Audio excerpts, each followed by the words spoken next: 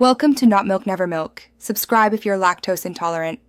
You begin by powering on the Sena 30k and your phone. This isn't optional. Once the headset speaks and the LED blinks, press and hold the jog dial to invoke phone pairing mode. You'll see a fast blue flash.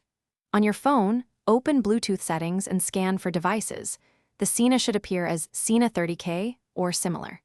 Make sure airplane mode is off and other Sena connections are disconnected, so pairing is solely with your phone. This avoids confusion and speeds discovery.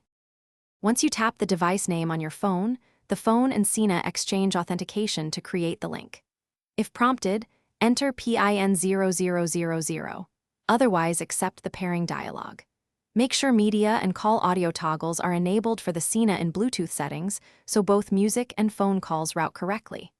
After pairing, listen for the Sena voice that confirms connection and check the phone shows the headset as connected. If you plan to use navigation voice, enable phone audio. You finish by testing.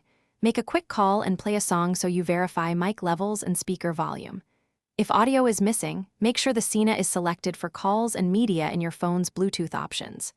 If pairing fails, turn off Bluetooth, restart phone and Sena, then retry. This clears transient conflicts. As a final measure only, perform a factory reset on the Sena to clear old pairings. Remember, this erases saved devices, so you'll need to pair again after the reset.